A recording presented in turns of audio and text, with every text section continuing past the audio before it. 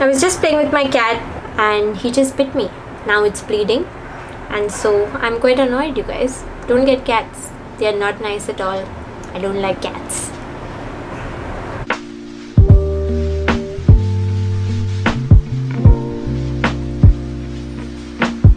Hi guys, it's Magali, and if it's your first time on my channel, then welcome. If you're a returning viewer, welcome back. I make regular videos on beauty, fashion and lifestyle. This is a monthly favorites video for the month of September because it is the end of September, and as I'm talking to you guys, we just have 3 full months remaining of 2020. I'm gonna just breeze right by that point and not spend too much time thinking about it. I had a really great month. We had some really nice weather. I watched some good shows. I created content. Life felt a little bit more normal again compared to previous months while still staying at home. So I also really like how my hair has been looking these last few weeks. I found a new way to style it. No hate, you guys. These are my natural waves, just played up with a few products and a little bit of technique, but I'm really loving like this big 80s hair that I have going on. In case any of you guys were gonna ask me about these earrings, I literally found them in a tin. I bought them sometime when I was 15 or 16 and forgot about them, but I think they look really cute, and this is your reminder that fashion is cyclical. Butterflies were on trend when I was 16 and they're on trend again now. So for the month of September, I have a few beauty products, I have one food item, I have one like household lifestyle general item, and then I have some television also to talk about. Why did an aeroplane have to fly by like right now? Are you done? Have you left? Yeah, I think we can continue. Let's get started. My skin has always been a little bit of a struggle because it's sensitive and it's acne prone, so keeping it kind of clear and keeping it calm, it's not something that comes automatically. It's something that I have to kind of work at, and I try not to obsess about it too much. It seems like in the last 4 months my skin is the clearest that it has been since at least 3 or 4 years. Now part of it is some lifestyle changes that like I can't really help, that has come with like the changed 2020 lifestyle on the whole. I'm not going out as much, so I'm not being exposed to like the exterior pollution, and I'm not wearing as much makeup also.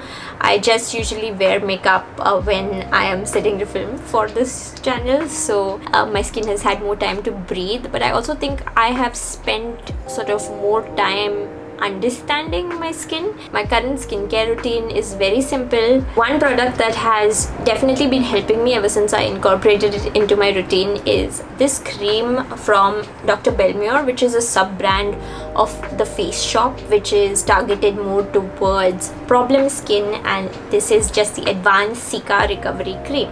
Now I have used products from the Face Shop before, and I have used different products from their Dr. Belmure lineup. Also, I have featured their acne patches in a previous favorites video, but I still use it on a regular basis. Those patches really helped me overnight, so I thought I would try something new from their range. The Face Shop is a Korean skincare brand, and this product is Cica based. Now Cica is a plant extract. It's also known as Centella asiatica, and to me this has been a magical ingredient in calming down my skin anytime it's inflamed. Any Cica based products are really amazing if you're experiencing irritation, be it hormonal acne or like painful cystic pimples, sunburns, also reactions that you may get to any products. Cica helps in calming things down in such a drastic way. Now personally, my skin type on the whole is just sensitive, but sometimes normal skin types also can sort of get sensitized. There are many different reasons actually that can happen to your skin. It can range from over exfoliation to using the wrong type of skincare. If that ever happens, you need to focus on using products that will help with repairing the skin's moisture barrier,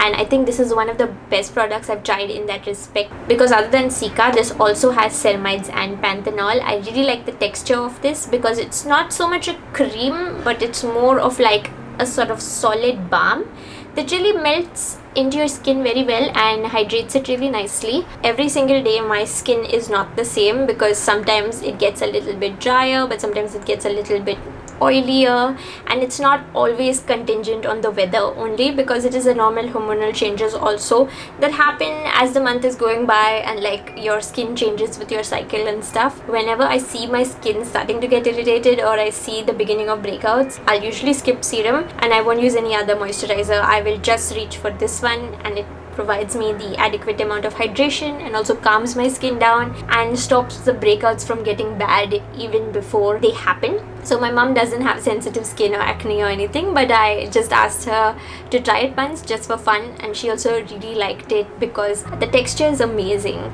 Right now it's not yet cool in Mumbai, like we're having kind of pleasant weather, but maybe in a month or so at the start of November we'll probably start seeing the temperatures drop a little bit, and when it gets colder my skin does get drier. I think this will be something I reach for even more often then, not just on sensitive skin days. The balm will help seal moisture in also, and it won't let like cool dry air suck the moisture out. So the next product that I have is a cleansing balm from Sapphire Botanics, a smaller Indian brand that focuses on more natural ingredients. Key ingredients in this are avocado, olive, argan, jojoba, sweet almond, flaxseed, sal butter, lavender and peppermint. I've had a mixed experience with cleansing balms in my life because they do remove makeup very effectively, but some of them just feel like a little bit greasy and stuff, and I feel uneasy about using them, particularly if they're fragranced or anything like that. The texture of this product is different to any cleansing balm I've tried before. It's a little bit more grainy. I use this on my face after I've used another makeup remover to take out my eye makeup and my lip makeup. I just find that base makeup can be like really annoying in the sense that when I go over it with micellar water or something like that, it does seem like I've removed my base makeup, and I don't even use a heavy base. I just have a foundation with a little bit of powder and there's no concealer even. But then if I take a cotton pad or something and put more makeup remover on it and try to wipe my face again, there's always some base makeup that still remains, which has reinforced for me the importance of always double cleansing my skin when I'm wearing makeup. I think it's also very important if you wear sunscreen every day to double cleanse at the end of the day. So I go in with this, and you need like a really tiny amount, which is something that I like, and you just massage it into your skin. It breaks down quite fast into sort of like an oil based product, and you just keep on massaging it till you feel that like you worked it in nicely. Now you just take like any kind of washcloth with warm water and gently wipe it over your face. You'll be shocked at how much makeup residue is always remaining even if you've cleansed before.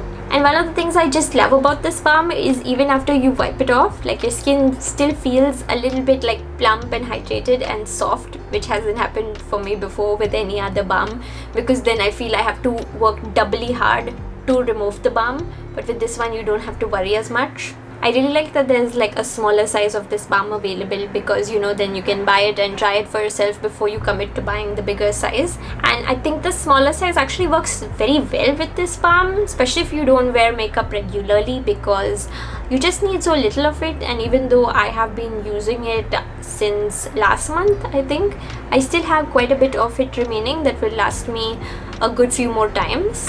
So the next thing that I have is kind of a body care product, and it's this new deodorant roll-on that I have been using for a few weeks now from Nivea. It's the Deo Milk Fresh variant. Basically they have 3 variants in the roll-ons, I think, including one for sensitive skin. They also have deodorant sprays in the range, but I will confess that I'm not a very big deo user, and now anyway we haven't been going out. So when I was younger, I remember reading about harmful ingredients like aluminum and stuff in deodorants, and that's when I just decided to stop using them altogether. So I've actually started using a deodorant after such a long time, really, and I love this because it doesn't have any alcohol. It's very gentle, and the fragrance of it is really nice, and it's supposed to be also moisturizing. When it comes to underarm hair removal, I usually either shave or wax, but I don't really take care of my underarms other than that, because I don't think you could moisturize it with the regular body moisturizer. So I've been using this roll-on a couple of times a day.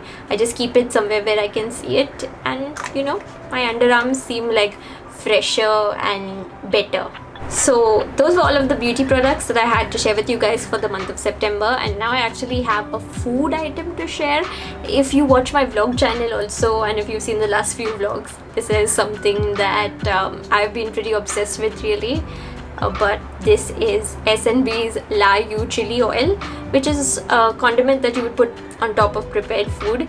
Now generally chili oil is something that you put in ramen, and this S&B is a Japanese brand, so this is a proper condiment imported from Japan. And I actually watched a YouTube video just the other day about how ramen is literally nothing if you don't put some kind of flavoring oil in it, because other than like the meat broth or whatever, the oil is where it derives a lot of its flavor. Now chili oil sounds intimidating and it sounds really spicy, but I love how balanced it is because it does add some heat to the meal.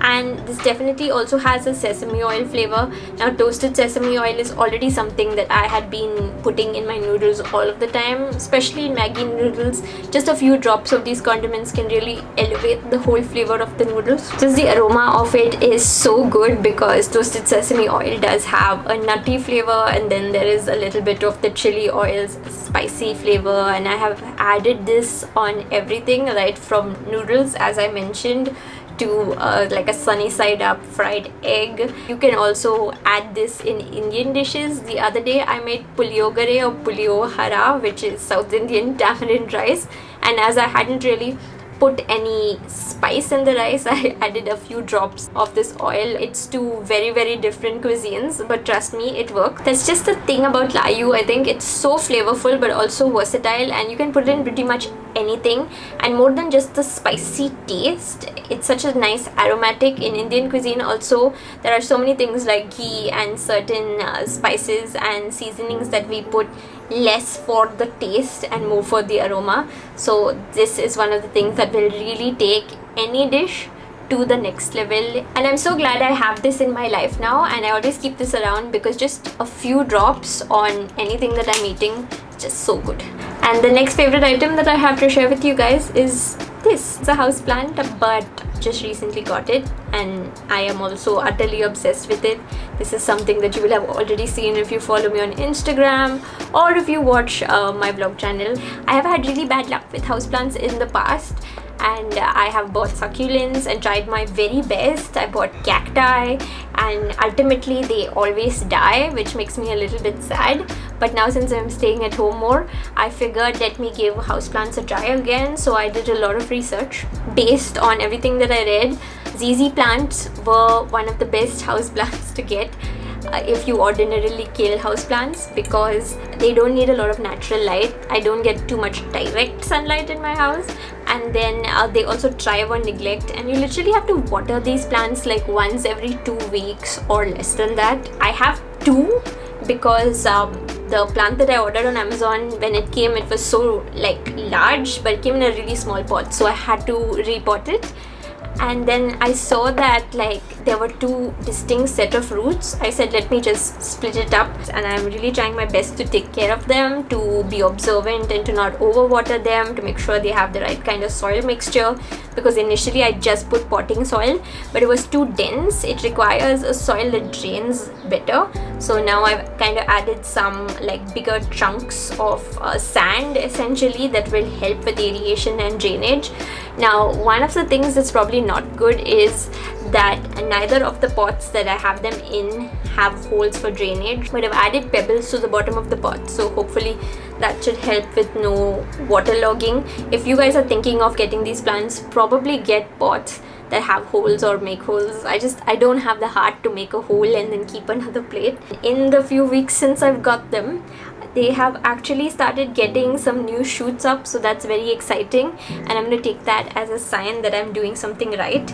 The roots of these are also very hardy. They have something called rhizomes under the soil, which are kind of like potatoes. They look like potatoes, okay, but they store moisture in them, and that's why you need to water this so infrequently. The roots on the whole also are extremely hardy compared to normal plant roots. You can actually feel that these are super tough. This plant here is quite a bit taller than this one, but both of them look fairly healthy and they are both getting new shoots. So I'm keeping my fingers crossed that these can survive and thrive under my care. And I thought I'd give these a shout out also, because if you guys are looking to get some houseplants that will beautify your space and that don't require a lot of care or anything like that, you might want to check these out. I'm also going to add like all the details to the potting mix and the pots and everything in the description bar below. Now we're almost at the end of the favorites, and it's time to talk about television shows, as I had mentioned earlier. So the two TV shows I'm going to share are from two completely different genres. Now the first one is a really old show that I have enjoyed so much over the years, but I rewatched again, and it's called Arrested Development. Arrested Development. I'm someone who really enjoys comedy television shows. It is hands down my favorite genre of things to watch. I even think comedy movies can just not be as good as television shows, because really intelligent comedies like Arrested Development and Community have the opportunity to like build and layer on these jokes as the episodes go by. I have watched pretty much every good comedy show out there. I think Arrested Development is definitely one of the greats, up there with Seinfeld, because not only is it like really funny and really intelligent, but they just do so many of these things for the first time. I think so many other comedies that came after Arrested Development sort of learned from it, and even on my second or third rewatch, I'm catching like these jokes that I never caught earlier. Sometimes you would really have to pause and think if you want to catch every single joke, but it's really funny, and more of the humor is based on puns and wordplay. There are so many video essays on YouTube about what makes Arrested Development great. So I rewatched the first 3 seasons and I just thoroughly enjoyed every single moment of it. Then there were a couple of seasons after the Netflix revival, because the initial show happened in 2003. They had 3 seasons, they got cancelled, and then many years later Netflix commissioned more seasons. Those aren't really that good and I would not really recommend them. The 4th season is pretty much unwatchable. The 5th season is better than the 4th, but it still pales in comparison to the original 3. It really is very special, and I decided that I'm going to make this Arrested Development 3 season rewatch like a regular part of my life. So maybe I'll do it again next year, when I've kind of forgotten just enough that I can enjoy rewatching it again without it feeling too repetitive. I'm sure when I rewatch it again next year, I will also catch some more jokes for the first time, because that is how good it is. Now the second show is a new one that has just started a little while ago. I think they're currently on their 1st season. A horror fantasy kind of show. It's called Lovecraft Country.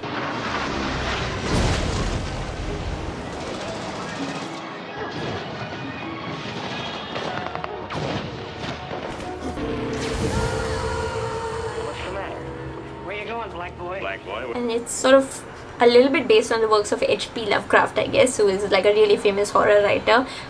I've never really read any of his works, so I can't really talk about it at that level, because I am very much a new fan of horror and I haven't read many horror books, but I do enjoy watching horror movies a lot. I just started watching it a few days ago, so I think I finished 3 episodes and I've sort of started the 4th one. Each episode is really long, so it almost feels like you're watching a movie, and I don't really enjoy fantasy as a genre that much, but the fact that this is blending horror with fantasy is really interesting to me. And one of the things about H.P. Lovecraft is that he was well known, I guess, to be a really racist person. Sometimes authors we look up to who create really beloved works of fiction can be like that, just like now J.K. Rowling is a TERF, which is really disgusting, but many people still really like Harry Potter and aren't TERFs or bigots like her. Lovecraft Country is set in the 1950s in USA, and the central characters are all black. So other than the horror of monsters or the supernatural, one of the major horrors that you will see on the show also is racism. So that is something to be careful about if it's something that triggers you, because some of the sequences are really difficult to watch. There is like mentions of lynchings and stuff, and you can see how overt the racism of the 1950s was. I don't think like 2020 America is so much better when it comes to racism, because that really isn't an evil that has gone anywhere. So I'm not really the best person to talk about that, but I would definitely recommend watching Lovecraft Country. It seems to be well done, and I'm definitely looking forward to seeing the other episodes. Honorable mention also goes out to The Boys, which is another superhero show that's going on right now. Like, the second season has just started dropping. They're dropping new episodes weekly, so it really builds up the whole anticipation. I really enjoyed the first season. I was looking forward to the second season.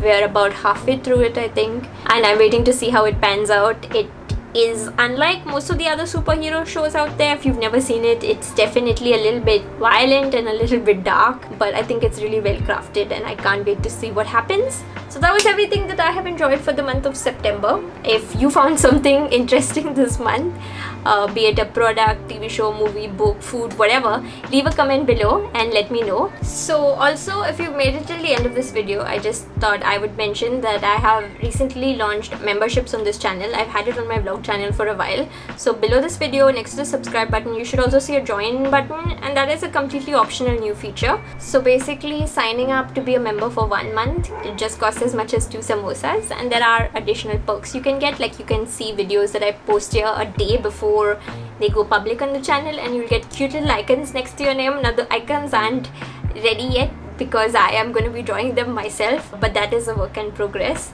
If you guys would like to sign up to be members, then you could just check all of the details below. Yeah, that's all I have to say for this video. I will see you guys in my next one. Bye.